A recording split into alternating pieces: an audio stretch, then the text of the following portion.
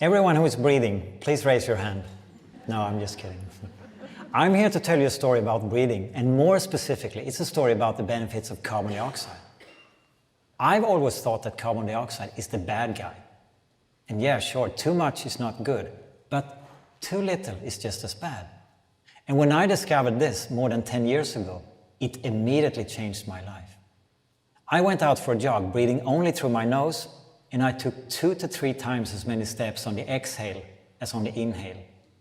So I was breathing extremely slow, and it was really tough as I felt a constant need to breathe.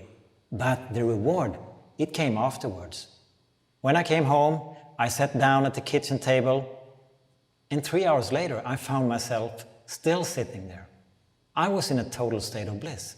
Just amazing. So after searching more or less my entire life, I had finally found a simple way to calm my racing mind and reduce my stress and fear. And that's why I decided to become the world's leading expert on breathing.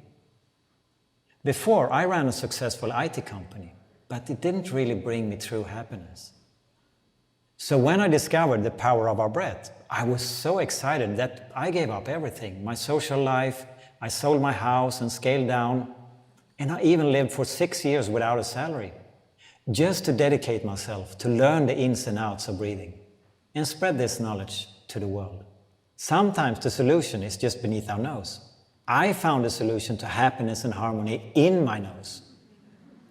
So over the last decade, I've inspired tens of thousands of people to reduce unnecessary stress and fear, just by doing something as simple as improving the way they move the air in and out of their lungs. But before we delve deeper into breathing, let's do an exercise together, which I call eye focus. Follow my instructions carefully, and please try not to make any mistakes. Your head should be still during the whole exercise. Sit up straight so that you're more alert and get ready to perform. Okay, are you ready? 3, 2, 1, go! Look up, look down, look to the left, look to the right, look up. Your head should be still. Look down, look up, left, right, down, up, left, right. And how are you breathing now? Not at all. Yeah, right. That was my intention, to mess up your breathing by talking fast and telling you not to make any mistakes. This is how easy it is to affect our breathing. Whatever we do or think or feel, our breath will follow. We gasp for air when afraid. We breathe fast and shallow through our mouth when we are stressed out. Or we sigh in relief when we feel safe. Most people assume that when we talk about breathing, it's all about oxygen. But let me tell you the full story.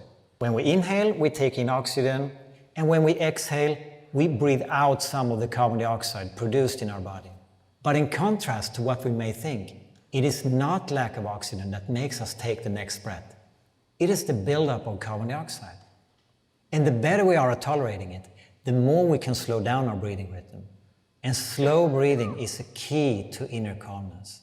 The opposite to slow breathing, well, that's a very common problem in today's fast-paced society. We have a tendency to overbreathe, a hidden form of hyperventilation, where we take in slightly too much oxygen and breathe out slightly too much carbon dioxide. Over time, leading to chronic low levels of CO2 and chronic overbreathing. And there is also another important factor that may lead to overbreathing, and it is the environmental changes that are taking place, with increasing levels of CO2 in the atmosphere. In the last 40 years alone, the increase is over 20%. Many of us also spend the vast majority of our life indoors, where the levels of CO2 are much higher, up to twice as high as outdoors. Since our breathing is stimulated by CO2, it means that if we can't adapt to tolerate these ever-increasing levels of CO2 that we're exposed to, our breathing will just become faster and faster, and over time create a permanent state of overbreathing and stress. A few years ago, I participated in a breathing study at Stanford University in the USA. We spent 3 weeks exploring how different breathing patterns affect our health. And everything we did, day and night, was recorded and analyzed together with the team at Stanford. For the first 10 days of the study, we blocked our nose 24/7, which meant that we could only breathe through our mouth. And mouth breathing in general takes us into a state of fight-flight. So do you think that mouth breathing had any impact on our health? Yeah, it sure did. I went from no snoring to almost 3 hours of snoring per night, waking up 5-6 times every single night. Our carbon dioxide levels, they went down by 15%. My adrenaline levels, they increased threefold. And my sugar cravings, yeah, they just went through the roof.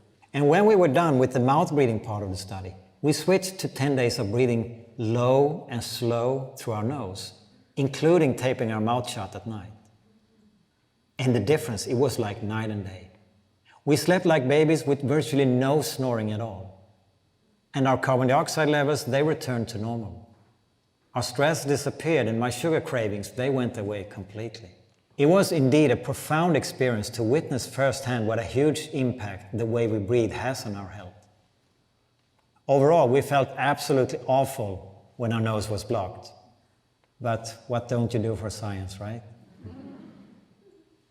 Do you believe that your reaction to stressful situations is set in stone? That you have to react with stress, fear, or anger when you get into an argument with a loved one, when someone cuts you off in traffic, or you're at the dentist for a root canal? No, these instructions are not hard-coded on our internal hard drive.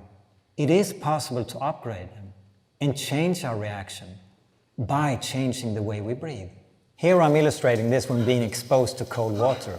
I'm fighting the water, I'm suffering, I'm very tense, and my breathing is fast, I take in way too much oxygen, and I exhale way too much carbon dioxide. If we react to stressful situations mainly in this way, well, our life is probably quite miserable. The next level is to try to cope with the cold water, withstand the water. And as you can see, I'm still a bit tense, but less than before. My breathing is also better, but life is still a struggle. There must be another level, another way, right? And yeah, indeed there is. And that is the ability to embrace most of the stressful stimuli that comes our way. The water is still freaking cold, I can promise you that. But now I have taken control over my breathing. I'm able to embrace more of what comes my way. Life is more harmonious. I'm relaxed. My breathing is slow and low, and I'm using my diaphragm properly. And there is balance between oxygen and carbon dioxide. So if oxygen is our gas pedal, CO2 is our brake, our natural tranquilizer. And studies show that when CO2 levels are low, adrenaline levels are high, and vice versa. And this was exactly what we experienced in the Stanford Study. When our nose was blocked, we were just anxious and exhausted. If we come to the hospital with a panic attack, why are we asked to breathe in a bag? Because carbon dioxide. We exhale 100 times more CO2 than we inhale. So bag breathing works because we rebreathe some of the CO2 we just exhaled.